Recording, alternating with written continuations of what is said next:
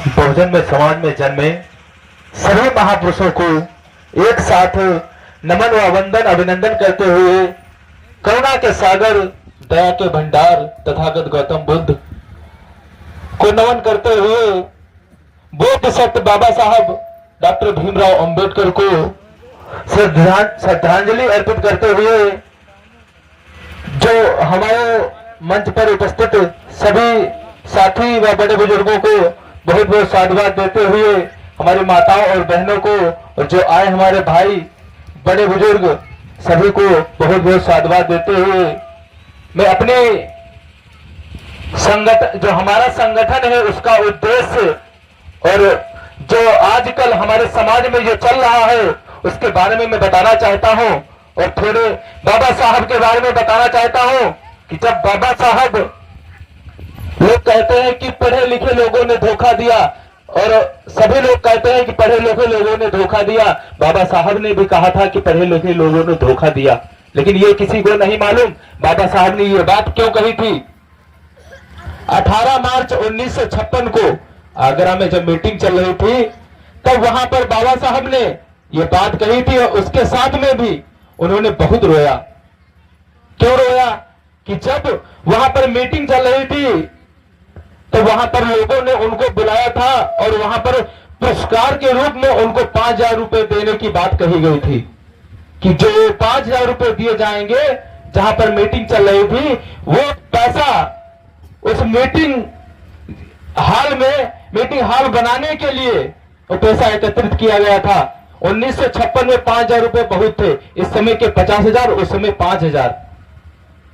लेकिन वहां के विनोद पीपल ने उनको केवल 3,000 रुपए भेंट कराए और फिर जो उनकी कमेटी के लोग थे वहां पर उन्होंने कहा कि विनोद पीपल जी आप ये 2,000 रुपए बचे हैं वो भी दे दो बाबा साहब को, और वो अनाउंस कर देंगे कि यहां आगरा की धरती पर बाबा साहब को 5,000 रुपए से सम्मानित किया गया और ये यहां का हाल बनाने के लिए ये रुपए एकत्रित किया गया है, बाबा साहब अनाउंस कर देंगे।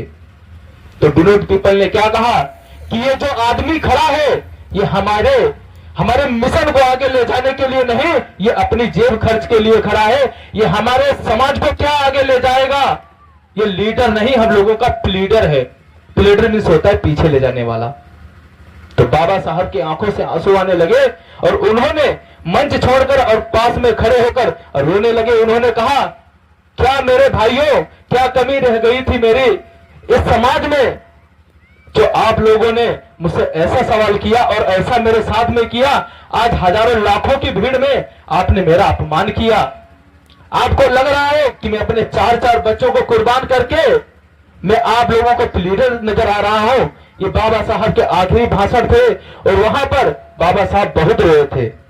सभी लोग कहते तो जरूर हैं लेकिन कोई बताता नहीं बाबा साहब क्यों रोए थे और क्यों कहा था कि हमारे पढ़े लिखे समाज के लोगों ने धोखा दिया।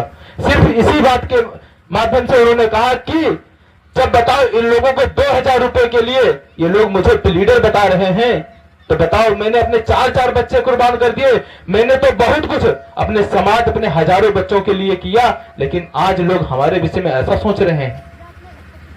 उसके बाद में बाबा साहब ने कोई भी मीटिंग नहीं रखी, बस 14 अक्टूबर 1956 को उन्होंने बौद्ध धर्म ग्रहण किया वो नागपुर धरती पर। उसके बाद में बाबा साहब 6 दिसंबर 1956 को उनका देहावसान हो गया। ये रहा बाबा साहब का रोने का कारण। लोग कहते हैं कि बाबा साहब रोए थे जरूर, लेकिन क्यों रोए थे इसलिए मैंने आप लोगों को बताया कि विनोद पिप्पल की वजह से बाबा साहब रोए थे।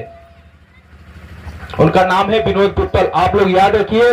कभी कभी लोग वक्ता लोग और उनकी ये किताब है जो उनके पर्सनल सेक्रेटरी नानक चंद रत्तू ने लिखी है, ऐसे थे मेरे बाबा साहब। ये सम्मत प्रकाशन में ये आप लोग किताब मंगवा सकते हैं। इसमें पूरा बाबा साहब का जो जीवन परिचय जो संघर्ष रहा है वो पूरा उस किताब में मिलेगा। ऐसे थे मेरे बाबा साहब। आज सभी लोग हमारे टीम के यहां पर एकत्रित हैं। हमारा जो संगठन है अंबेडकर युवा सेना, इस अंबेडकर युवा सेना बनाने का ये एक मुख्य कारण रहा है कि आज तक जितने भी हमारे संगठन A to Z शुरू से लगाकर आखिरी तक और अभी तक जो बन रहे हैं या बनेंगे आगे। किसी व्यक्ति ने यह नहीं सोचा कि मानवर काशीराम साहब क्या चाहते थे। पार्टियां और संगठन तो बहुत बनते रहे हैं आज तक और बनेंगे आगे। हमने बनाया तो लोग उंगली उठा रहे हैं और लोग मेरा सहयोग भी कर रहे हैं। हमारे संगठन बनाने का उद्देश्य क्या है? क्योंकि लोग मानवर काशीराम कहते थे कि एक वोट एक नोट की हमें जरूरत है, और वो उनका काम सभी लोग आज पीछे छोड़कर जा रहे हैं। और जहां पर कहीं पर लड़ाई झगड़ा हो रहा है, संगठन के लोग वहां जाते हैं और हल्ला मचाकर उसका FIR तो दर्ज करा देते हैं, लेकिन उसको न्यायपूर्ण तरीके से नहीं मिल पाता है। बाद में लोग छोड़ देते हैं। यही पास में बिलग्राम के गांव में, पास में कौन सा गांव है, नहीं ये दुनंदन वाला जो हत्याकांड था, उसमें सभी लोग गए, मुकदमा तो दर्ज हुआ, लेकिन उस औरत को अच्छे से जो उसको न्याय मिलना चाहिए था वो मिल नहीं पाया और लोग उसका साथ छोड़ भी देते हैं। कोई भी साथी हो, मुकदमा तो तुरंत दर्ज करा देते हैं। मुकदमा दर्ज कराने से कुछ नहीं होता है, उसका साथ आखिरी तक दो, उसको न्याय दिलाने का काम करो। और न्याय दिलाने के लिए सभी लोग पीछे हट जाते हैं। जो हमारे संगठन का उद्देश्य यही है, अगर आपके साथ में मैं जुड़ूंगा तो शुरू से लेकर आखिरी तक जुड़ूंगा, जब तक उसको न्याय ना दिला दूं। और हमारी टीम आज तक जो 5 राज्यों में काम करने लगी है, अभी संगठन को बनाए काफी दिन नहीं हुआ, बहुत ज्यादा 2-3 महीने हुआ है।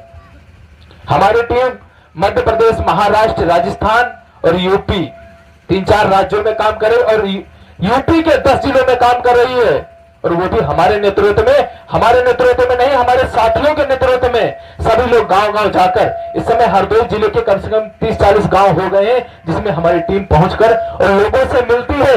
मानवर काशीराम साहब का जो सपना था, उसी सपने पर काम कर रही है कि घर घर जाओ और लोगों से मिलो, उसकी क्या समस्या है, उस समस्या को लेकर दिल्ली तक पहुंचाओ। जब हमारा साथी हर महीने में आपके पास जाएगा, जितने भी महीने हैं, 12 महीनों में हमारी टीम हरदोई जिले के हर गांव में, जिस गांव में हमारे SC ST OBC के लोग रहते हैं, हर गांव में हमारी टीम जा रही है और जाती रहेगी। हर महीने में अलग अलग बांट दिया जाएगा कि 5-5 लोगों की टीम होगी और 8 विधानसभाओं में रहेगी। जितने भी विधानसभा के लोग गांव पड़ते हैं, उसमें हमारे वही 5 लोगों के सदस्य, 5 लोग हैं, वो जाएंगे, लोगों से मिलेंगे और बार बार मिलेंगे। वो जो समस्या होगी उसको सुलझाने का काम करेंगे।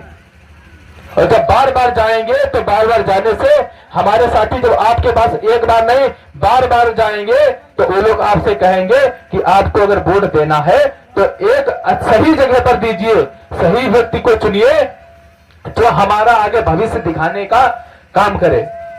हमारे मानवर बहन जी ने बहुत अच्छा काम किया, लेकिन उनको ऐसी कुछ पार्टियां जो हमारे समाज में आकर भ्रमित कर रही हैं, उनका काम नहीं दिखा रही हैं, न कुछ भी दिखा रहे। मानवर काशीराम साहब ने जो बहन कुमारी मायावती को जो चुना था, बहुत दिमाग लगाकर चुना था कि हमारे जो मिशन को आगे बढ़ाएंगी वो बहन जी ही बढ़ा पाएंगी, अन्यथा और कोई साथी नहीं। क्योंकि उस समय बहुत लोग थे और आज भी बहुत लोग हैं। अगर हमारे मिशन को, अगर हमारे समाज को आगे बढ़ाने का काम करेंगी वो मायावती ही करेंगी, अन्यथा और कोई भी साथी नहीं करेगा। वो हल्ला बोल सकते हैं, वो जाकर गांव-गांव, उनकी टीम जाकर गांव-गांव लोगों को भ्रमित कर सकती है, लोगों पर मुकदमा लिखवा सकती है, क्योंकि कुछ अपशब्द बोलकर मुकदमा लिखवा सकती है, लेकिन न्याय नहीं दिला सकती किसी व्यक्ति को।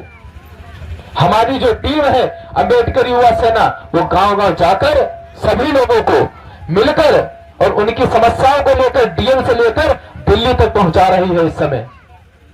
और उनके साथ में जो लोग गांव के जुड़ना चाहते हैं या जुड़ रहे हैं हमारे साथी, वो भी साथी अगर काम करना चाहे तो हमारे साथ में उसमें नाम लिखा ले रजिस्टर में और तुरंत ही सदस्यता ग्रहण कर सकता है। वो व्यक्ति जो कहता है कि मैं समाज के लिए काम करना चाहता हूं।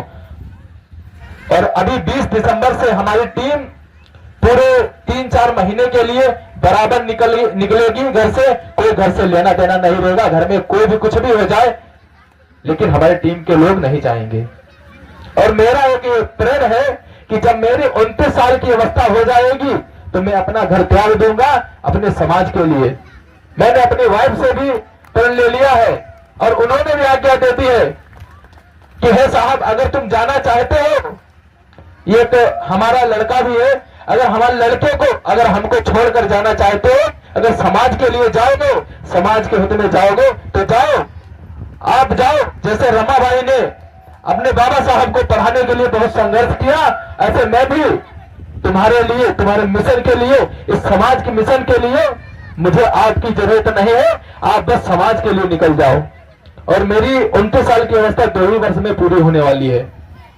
जब तक मैं अपने मिशन को आगे बढ़ाने के लिए काम करूंगा, जो हमारा अंबेडकर युवा सेना टीम है, इसको गांव-गांव लोगों तक पहुंचाने का काम करूंगा। और बराबर हमारी टीम लोगों की मदद भी कर रही है। जैसे कि किसी के घर में अचानक आपदा आ जाती है तो उसको ले जाकर तुरंत हॉस्पिटल में अगर भर्ती कराने वाला है तो हॉस्पिटल में भर्ती कराएगा, और उनकी भी मदद हमारे संगठन के द्वारा की जाती है। आप लोग हमारे नंबरों पर, जो हमारे साथी हैं उनके नंबरों पर अगर आप तुरंत